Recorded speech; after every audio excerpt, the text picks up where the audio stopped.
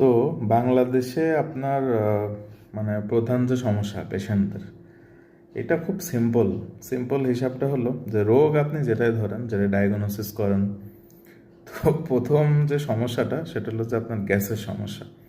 গ্যাসের কারণে মাথা ব্যথা, গ্যাসের কারণে রক্তশূন্যতা। আমি এটা নিয়ে ফেসবুকেও পোস্ট করছিলাম যে গ্যাসের কারণে আপনার মাজায় ব্যথা, বুকে ব্যথা, পেটে ব্যথা।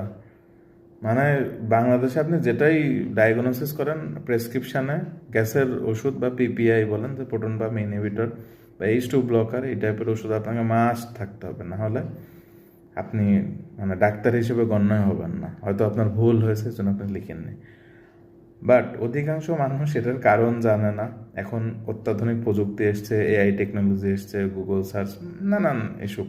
প্রত্যেকের হাতে স্মার্টফোন আছে, তো ম্যাক্সিমাম ক্ষেত্রে আপনার হাইপার অ্যাসিডিটি এগুলো রিলেটেড অনেক সময় থাকে। জার্ড যেগুলো আমরা দেখি যে বুক জ্বালাপোড়া, তীব্র এ ধরনের সমস্যা। আবার অনেক সময় হার্ট অ্যাটাকেরও বুকে কিন্তু ব্যথা এবং পেটে আপার অ্যাবডোমিনাল পেন বা উপরি পেটে ব্যথা হতে পারে। তো রোগীরা মনে করে যে মাথা ব্যথা হচ্ছে গ্যাসের সমস্যা, পেট ব্যথা, দাঁত ব্যথা, ইভেন কানে ব্যথা, মানে মাথা থেকে পা পর্যন্ত যেখানে ব্যথা হবে বা যে কোনো ধরনের সমস্যা গ্যাসের প্রবলেম হচ্ছে এবং গ্যাসের ওষুধ আপনাকে লিখতেই হবে।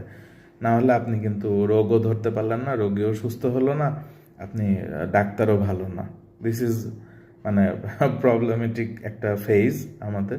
সেটা আপনি যে কোনো জায়গায় প্র্যাকটিস করেন, সেটা আপনি হসপিটালে, সদর হসপিটালে, উপজেলা স্বাস্থ্য কমপ্লেক্সে, যে কোনো ভালো ডায়াগনস্টিকে বা যে কোনো হসপিটাল ক্লিনিকে, মোট কথা আপনাকে সব ওষুধের সাথে গ্যাসের ওষুধ রাখতে হবে বা প্রোটন পাম্প ইনহিবিটর এই ধরনের ওষুধ আপনাকে মাস্ট রাখতে হবে। এছাড়া আপনার মানে শাইন করার বা গেইন করার কোনো ওয়ে নাই।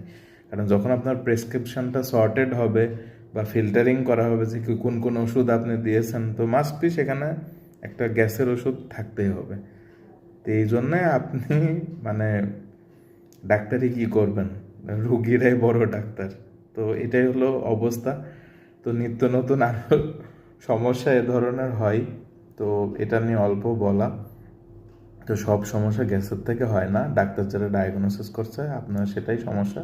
ডাক্তারের পরামর্শ অনুযায়ী ওষুধ খাবেন এবং সেই অনুযায়ী লাইফস্টাইল লিড করবেন, তবে আপনি সুস্থ থাকবেন। ডাক্তারের থেকে বেশি বোঝা কখনোই ভালো না, কারণ ডাক্তার ডায়াগনোসিস করে, আর কিছু না। দিস ইজ সবচেয়ে বড় কথা হচ্ছে যে একজন ডক্টর আপনাকে ডায়াগনোস্ট করে দেন সে প্রেসক্রাইব করছে। দিস ইজ দ্য নলেজ পাওয়ার, আর কিছু না। ভালো থাকবেন, সুস্থ থাকবেন। আল্লাহ হাফিজ।